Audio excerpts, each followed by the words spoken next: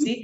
So thank you very much, Vusi, for joining us. And I think the context of this conversation is very important because earlier this month, the Commissioner of the South African Revenue Services, Mr. Edward Kieswetter, committed the organization to promoting the use of historically marginalized official languages in tax and customs environments. And he did this at the launch of this quite innovative publication called the SARS Multilingual Tax Terminology publication, which contains hundreds of terms in all official languages that are related to tax and customs issues. So namhlanje ke Vusi sabe sithetha ngale publication and siyavuya ke apha iLAF uba uze wazosijoina. Thank you very much for availing yourself. So can you just give us an overview of what this project is? I think in the press release it said around 450 terms have been translated into all of the official languages. Tell us more, please. Ndiyavuya kakhulu Sisanda nabanye abaphulaphuleki. Actually, this work, the SARS language service, let me start there, was established in 2016. So, but SARS passed its own language policy way back in 2015. So when I came in from being a provincial manager for the Pan-South African Language Board in the Free State. Well, I think we, as language practitioners, we tend to do a lot of things and then we get bored and then we want to explore, new ventures. Then I saw this as a good challenge. And then I came and joined SARS, mainly to head the language service and to establish everything from scratch. So it was natural then for me to say, since SARS has never had language practitioners or translators for that matter, and immediately I could tell that we are dealing with a highly technical corpus or information.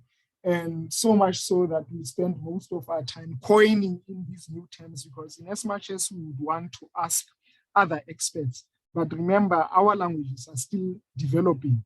So, hey, ikhona ingxaki esidibana nayo mhlambi ilizwe igama elithile uthi into ethile namhlanje kodwa kwiveki ezayo nje seyenye into ke ngoku kumoshe ke nokugqila ke ukuba uya kwi-branches zethu zase-SARS uqonda ukuba thina as language practitioners maybe we come from that technical view, we consult dictionaries, we do our research and we say tax compliance is this.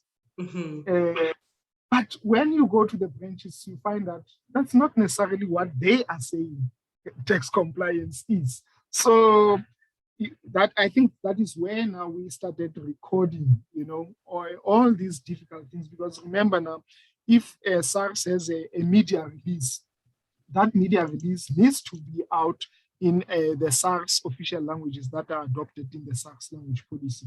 So now it became imperative that for the sake of consistency, let us record these terms in all these different languages and then start that process in 2016. So it started in 2016, culminating in 2020, but due to COVID, obviously, there were some difficulties in finalizing it. So yeah, that is more or less in a nutshell, how this thing came about, that we collect about 450 terms, so that within SARS itself. I don't know whether that gives you a picture. Yes, it does. And I think I'll come back to the publication because I think I certainly am interested to hear of this language service unit that SARS has. You would think as a tax entity, I mean, you're not really interested in matters of language, but why did you deem it important as the revenue service to establish a language unit? You've mentioned the inconsistencies internally. How does this unit help the public? What kind of benefit is it to the ordinary taxpayer like me? Yeah, you see, I think we at SARS, we have 9 strategic objectives. And the language service is just addressing 2 of them.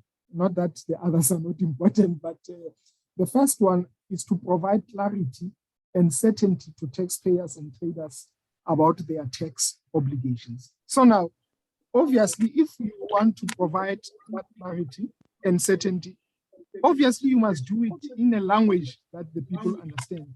Fortunately for us at SARS, we are national, and by national meaning that we have branches all over the country or in the regions. For that matter, if you were to go to our branch in Tata or Gqeberha, you would certainly find our frontline staff.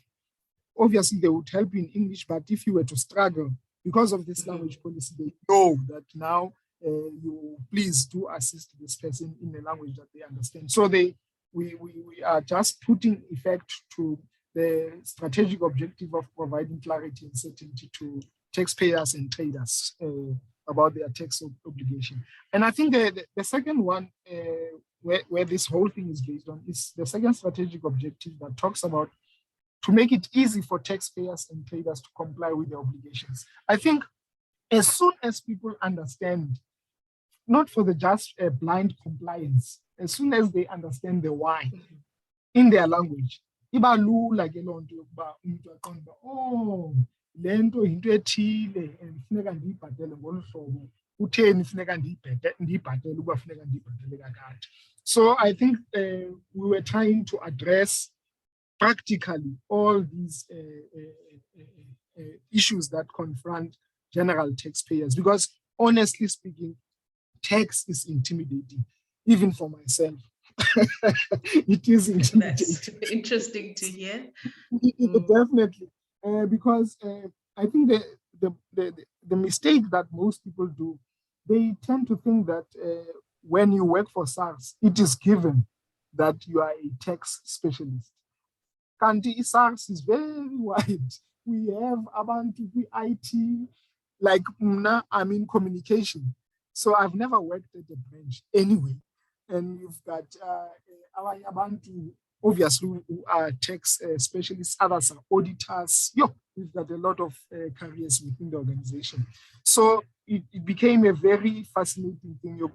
How do we marry what we are saying as language practitioners maybe here, and then with exactly what is said by our frontline staff at the branches? And I think then it goes back to, as a language practitioner, the challenges that we face. I'll make a simple example.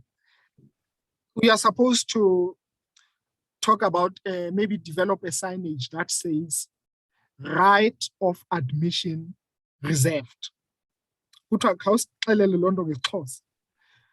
And I think we as language practitioners get irritated a lot when the profession is not taken seriously by whoever, maybe private companies or government entities, because it is very easy for them to look at this thing and say right of admission reserved, and go out and say and ask maybe the mama who is a cleaner there, or maybe somebody who is a factotum there, to say right of admission reserved.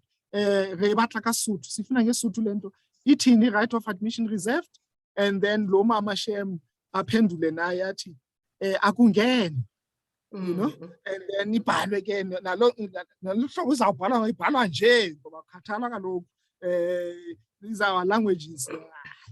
Anyone can just come in and do whatever.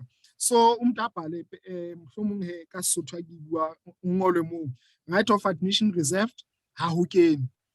Lonto, I respect ukuthi lo mama is a Sesotho language speaker, but at the same time, the person is not a professional, is not a language practitioner.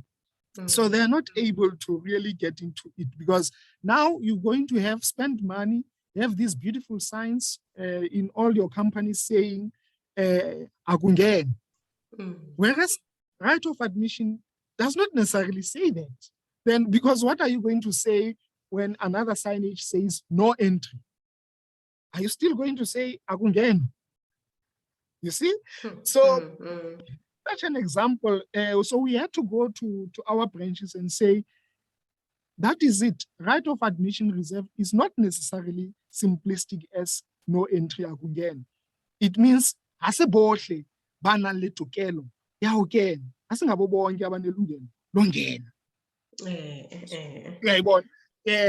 So ngumzekelo onjalo into ebesiqhuba ngazo ukuba babaqonda ukuba hayi thina siqhela ukuthi ewe sisi mhlawumbe uqhela ukuthi kodwa noko ayichanekanga loo nto funeka ibe ngolu hlobo. So there was that nice friction kodwa ibe khona kodwa eventually they had to come and respect that language is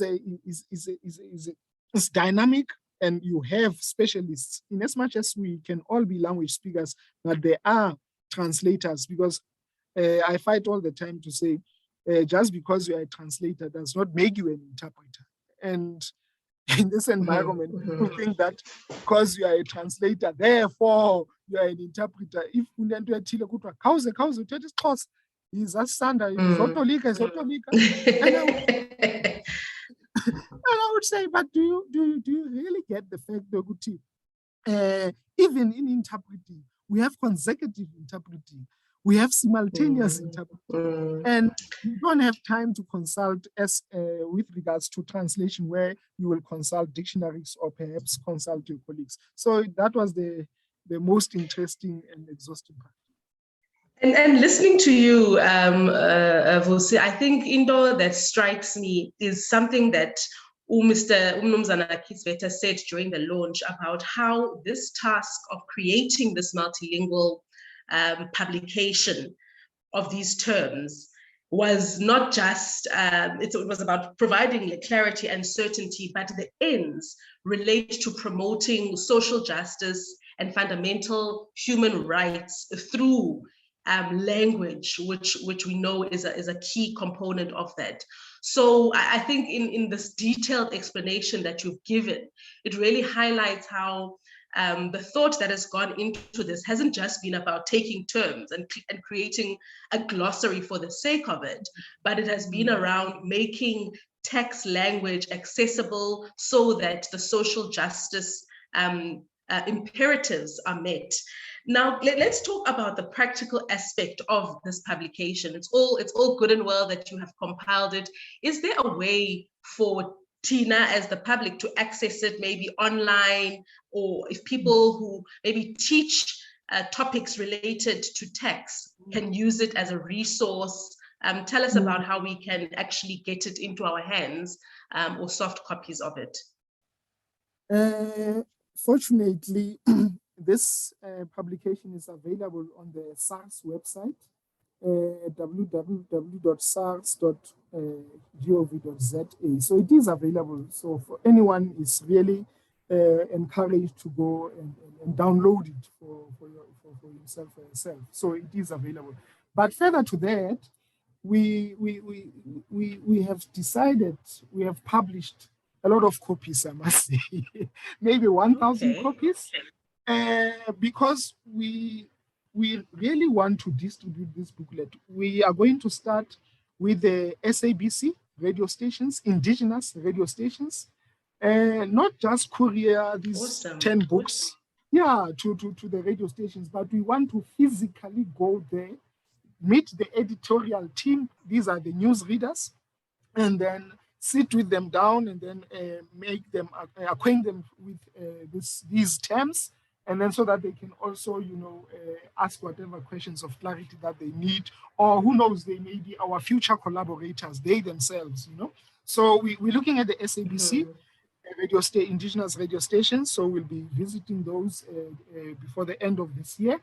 Not only SABC radio stations, we've also targeted community radio stations and regional radio. We really want to go to the ground, And then we've also targeted universities. Obviously, we look at African languages departments. We want to visit those. We want to make those booklets available to them. And then obviously, we'll be focusing on maybe African languages department or those that are dealing with, who are teaching language practice in general. And then, we will also be distributing this to, obviously, all our other stakeholders within the text environment. I'm really glad to hear about how you are really going to be publicizing this work. So all of the best with that. But it has been about a month since the launch of the publication.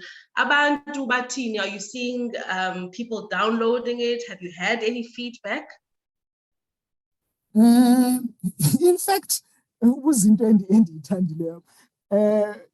most organizations or entities or institutions, it's very easy to compile your own terminology right there in your corner, the 4 or 5 of you, and then you agree. But what was important for us was to compile the list of 450 is actually has been whittled from something like 800 terms because we had to select which term. So that's why we're calling this version volume 1. We're busy with volume 2 as we speak. Okay. Yes. So now, what we wanted to get to. Oh, somebody's distracting me in the office here. Can you repeat the question? So the question is, Abantu Batini, it's been about a month since the launch. People are obviously downloading it. Are you getting feedback on how it's been received? Yeah, now I got my thoughts back now. Sorry for that disturbance. It was important that how do we make sure that there is no comeback? Because language is always debatable. Of course. Now, very debatable. And siyayazi sonke ngasiXhosa, yo, akunanto saziXhosa ugqitha mna. It's always the case. But then what we did was to consult the Pan South African Language Board. These are the NLBs, all the NLBs. NLB is Xhosa, Sesotho, Shivenda, all the languages. These are the experts, because there was a danger that we could come up with a term in this book and say compliance in Sesotho, and somebody comes in and say, no, I'm speaking Sesotho, it's not Bikobelo, it's something else, and then, but that is why we needed the rubber stamp and the verification by the national language bodies of these official languages, which was very important. I'm saying this because when people are downloading this booklet, we are beginning to find some other people who are challenging maybe a certain term, and we are very open to that. And that is what we want, actually, to say, but this is not it. It's supposed to be this. But it's so nice now to say, well, we hear you, but this was the isiXhosa NLB is the one that is really ratified that term. So we get those. So and it is nice to get those debates. But we have not, like I said, we have not gone to the ground and publicized it so much. Is those steps that issue is going to start, I think, next month. Then as we do the distribution to all the entities. Okay. No, I think we definitely will want a conversation to hear how the public is receiving it, but also to hear, because the conversation around the debates on the translation will certainly be of interest to us who are language activists, and how you resolved that, because that is a feat in itself. But I think in the interest of time, Vusi, I just have one last question for you. And what are some of the future initiatives that you, as the Language Services Unit at SARS, have? You've already mentioned there's a volume 2 in the works. Anything else that you are doing that we can look forward to as the public to help us access tax-related information in our languages? I talked about community radio stations. Not many people are aware that the media releases at SARS are translated. And I would want these radio stations, small radio stations, to be aware of that and look at the media, because media release, we talk about things that are happening now, current issues, and we have current terms that we are using there that may not necessarily be on volume 1. And the general public then would be, we want feedback. We appreciate feedback. It would be nice for them when they do their own news bulletins, and then to look at, okay, there's a statement. What did they say in Xitsonga? What did they say in Sepedi? What did they say in Afrikaans? What did they say in isiZulu, in Sesotho, and so on? I think that is where we want to go, honestly. So we would want people to really be in touch with us and give us feedback.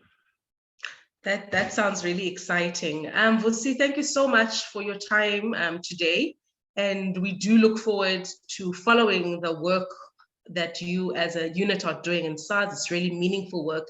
I particularly am excited as a person in higher education at the prospect of this coming to us, because I mean, it could result in multilingual textbooks, right? In a field that has really struggled for years. So this is a really great feat, and we appreciate the work that has been done. Sisanda, ndiyabulela kakhulu. I think my colleagues would kill me, but I think the other passionate thing that we do during the month of September, we dedicate the whole month. There are certain branches where our studies have revealed that they have a lot of deaf taxpayers. So we do avail South African Sign Language interpreters to about 8, if not 10 branches during the month of September, so that they can go and then they have accredited South African Sign Language interpreters who can assist them with their text. So it's one of the projects that we are doing annually. So no, it is really encouraging. I think at the end of the day, Sisanda, it's about passion. If you have passion for a language, don't just do it because you have to do it, but do it because you and you want to see practical results on the ground. Kubulela thina Vusi ngexesha lakho namhlanje, umsebenzi wenu mhle uyancomeka kakhulu. May you grow from strength to strength as a unit. Thank you very much. Ndiyabulela Sisanda. Nani nje enough ke sininqwenelela konke okuhle. Camagu. Enkosi.